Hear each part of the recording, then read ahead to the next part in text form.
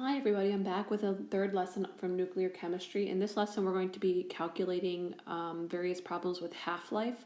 You're going to need some scrap paper and a calculator and a reference table available to you so you can work through these practice problems as I do. I'm going to make an additional optional video that just has some more practice problems being worked out if you need additional help before you go to the Castle Learning assignment that has the half-life problems in it.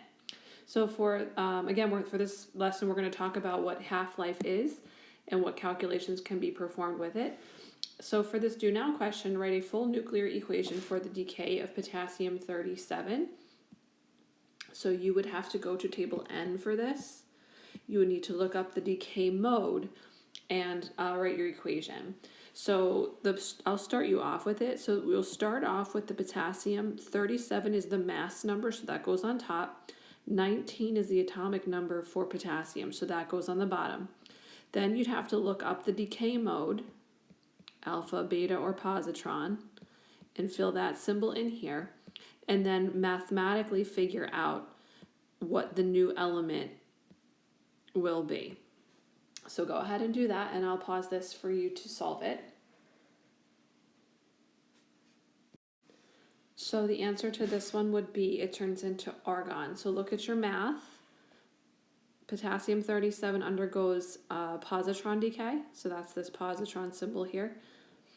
And then we look at our math for our numbers. And remember, you look up the bottom number to get the symbol for the new element that forms. Now, what is the half-life of potassium-37? This is the other column on reference table N that we haven't looked at yet. So the half-life of potassium-37 is 1.23 seconds. These are all given to you right on the reference table. And in terms of units of time, you can range from milliseconds to seconds to minutes to days to hours to years. So there's a variety here. So the idea of half-life, the definition is the time it takes for half of a sample to decay. So if you could imagine like taking a piece of paper and tearing it in half, like let's say every 3 seconds you tore a sheet of paper in half. So in 3 seconds you tear it in half once. Then you take one of the halves that you hold in your hand, and 3 seconds later tear that half in half. And then 3 seconds later tear that half in half, and you would continue. So the same kind of thing happens for half-life, and you can see the variety of time lengths that you have here. Again, like mentioned here, ranging milliseconds to seconds to minutes. I saw somewhere minutes, hours, days, years, and then you get into exponential years, like thousands or millions or billions of years. So you could have a question just as simple as, what is the half-life of nitrogen-16? So you would just go to the reference table and you could look that up. So nitrogen-16 is here. Its half-life is 7.13 seconds. So that means that every 7.13 seconds, half of your sample goes through beta decay. Okay? What is the half-life of radium-226? It's 1,599 years. So if I had a sample of radium-226, every roughly 1,600 years, half of my sample would go through alpha decay and we'd still have half of it left. So you get this nice graph with half-life. So theoretically, you'd really never ever get rid of it because you could just keep cutting these numbers in half every time the half-life goes by. The deal with half-life is it's consistent. You only have one half-life value listed on the reference table for each of those radioisotopes. So that means it doesn't matter the temperature, it doesn't matter the pressure. With chemical reactions, you can change the rate of a chemical reaction by changing the environment. That's not really the case with half-life. It doesn't matter how much you have, it doesn't matter how much you have left, the half-life just keeps on chugging along. That makes it very reliable for things like carbon dating, or for figuring out the age of the Earth, they use uranium dating because the half-life is so very long. Now, there's a variety of half-life calculations that you could be asked to solve, but they're all based off of the same kind of ideas here. You can always see what the question's asking you to find. What should the unit be for your answer? Am I looking for a unit of time? Am I looking to say how long it takes for something to happen or how long the half-life is? Or am I looking for a unit of mass, like how much did I have left or how much did I start with? You could also be asked for a fraction, which I'll show you. Look at the data the question gives you.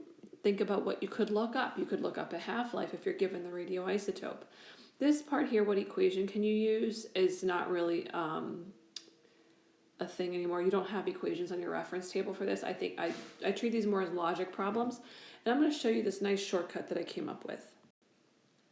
So for every half-life problem, I really strongly advise you to set up a chart with these letters, RTHOF. You could think of a random sentence. Roger told her off Friday. I don't know. Think of something. But the letters stand for different pieces of data that you could have in the problem, that you could look up on a reference table, or you could be asked to solve for. So R stands for the radioisotope. What element are we talking about? T stands for total time. H stands for the half-life. O stands for the original amount, and F stands for the final amount. If you set your chart up in this sequence of letters, this amount of time will always be a larger value than this amount of time, right? The total time that goes by is going to take longer than one half-life. And then for the amounts, the original amount is always going to be larger than the final amount, right? You're going to start out with more than you end with. So you set your letters up this way, like this will be a symbol, right? It's an element. And then you're going to have numbers for these other four pieces: larger number, smaller number, larger number, smaller number. These two numbers are related because they have to do with amounts. These two numbers are related because they have to do with time. You'll be given a lot of information again in the problem, but also you could also look up things on the reference table. So I'm going to take you through a few examples because there's a lot of different possibilities here. So a radioisotope has a half-life of 10 days. 1 gram remains after 40 days. What is the initial amount of the radioisotope? So I'm going to again solve these very methodically, RTHOF. Now for this particular problem, we're not given the identity of the radioisotope, but it really doesn't matter because we're told the half-life. So H is for half-life, so that's going to be the 10 days. 1 gram remains after 40 days. So 40 days is the total amount of time. You're never going to have to convert between units of time. So it's not going to be like, oh, the half-life's 3 hours. How many days did it take? You're not going to have to do that. 1 gram remains. What was the initial amount? Okay, so the 1 gram is what we have left, and we're asked to find the original. So that's our unknown, and 1 gram is what we have left.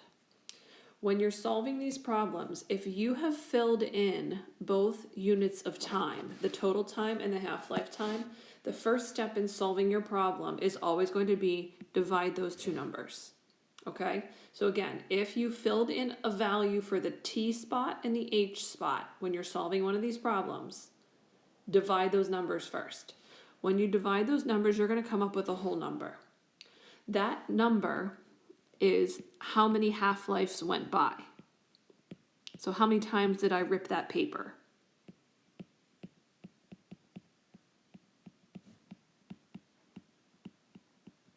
Okay? So now we know we have 1 gram presently. We're trying to figure out how much we had 4 half-lives ago.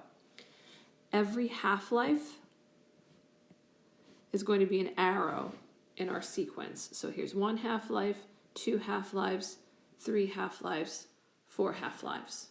Okay? I started with some amount and I kept cutting it in half until I got to 1.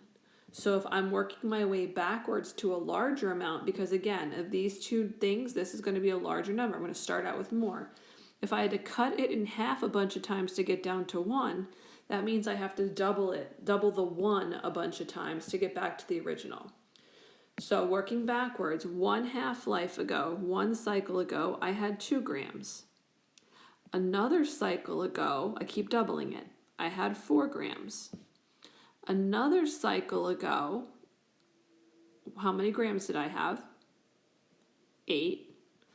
And then that last cycle, I had 16. So I originally had 16 grams in my sample. Let's think about this, working it through again. 1 half-life takes 10 days. 40 days went by. So if I start with 16 grams, after 10 days, I have 8 grams left. After another 10 days, I have 4 grams left. After another 10 days, I have 2 grams left. And after another 10 days, I have 1 gram left. Well, how many days is that? That's a total of 40 days. 16 grams was my original amount. These are logic problems. They're really not science problems. If you understand that you're either cutting in half or doubling, you're good. Okay, so let's look at this one. 100 grams of a radioisotope decayed to 12.5 grams after 90.7 years. What is the half-life? Okay, so again, they're asking us for the half-life here. So this is not something we can look up on the reference table. We have two mass amounts, the 100 and the 12.5. So those are going to go into my amount categories. I'm always going to put the larger amount for the original, and the final amount is going to be the smaller one. It's asking us what the half-life is. 90.7 years went by. Oh, that's how much time went by in total. It doesn't really matter what the radioisotope is. So we're going to start this problem differently than we started the last problem. The last problem we did, we had 2 times available to us, so we divided those. We don't have that right now. Okay, so what we're going to do instead is the arrow type of problem solving that I did to solve the last problem. So what I'm going to do is I'm going to set up my initial amount, and I'm going to leave a space, and I'm going to write down my final amount. So now what I'm going to do is I'm going to say, okay, 1 half-life went by. After 1 half-life went by, how many grams of that 100 grams do I have left? Well, I have 50 grams left because it gets cut in half. After a second half-life went by, how many grams do I have left of that 50 grams? Well, I'd have 25 grams left. And after another half-life went by, how many grams do I have left? Oh, half of 25 is 12.5. So I've gotten from, I started with my 100 grams, I ended with my 12.5 grams. How many half-lives did I have to go through in order to do that? I had to go through 3 half-lives. Okay? So now I look at the numbers that I'm working with here. I know that my total time is 90.7 years.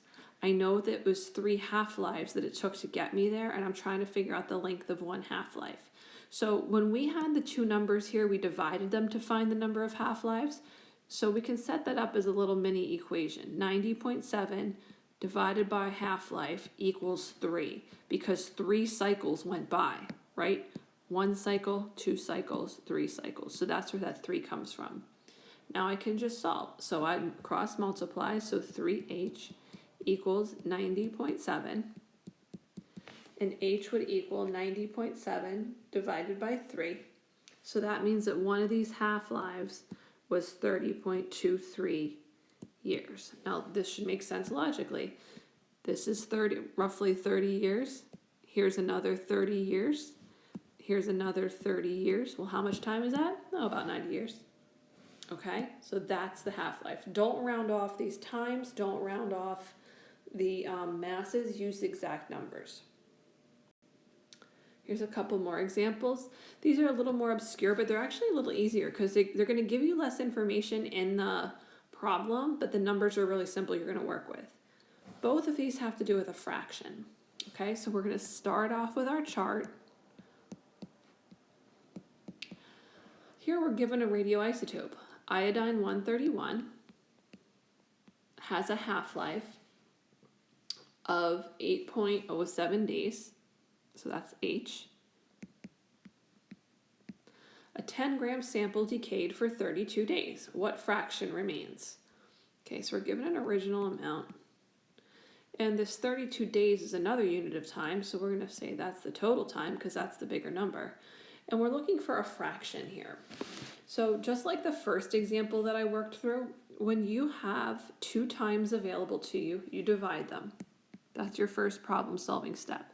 So 32 divided by roughly 8 is going to give you 4. You'd actually be given answers that come out to exact whole numbers here. So that means that 4 half-lives are going by. When you are dealing with a fraction problem, you do not need to deal with the masses if you're given any here, okay? So if you think about a pizza, if I ordered a pizza and they cut it into 8 slices and I have 1/8 of the pizza left, what fraction of pizza was I delivered at the very beginning when I got my pizza? I was given one whole pizza. So if I'm working towards a fraction answer, my starting value is always going to be 1. So anytime you are dealing with a half-life problem that's asking you for a fraction at the end, you always start with one whole thing. So now we want to count down 4 half-lives. So 4 cycles are going to go by. I'm going to write 4 arrows. Whatever answer I end up writing here in the form of a fraction is going to be my final answer.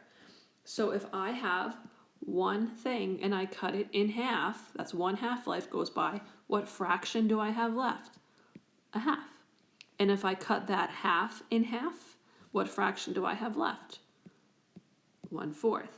And if I cut that half in half, I would have 1/8. And if I cut that one more time, what fraction do I have left? 1/16.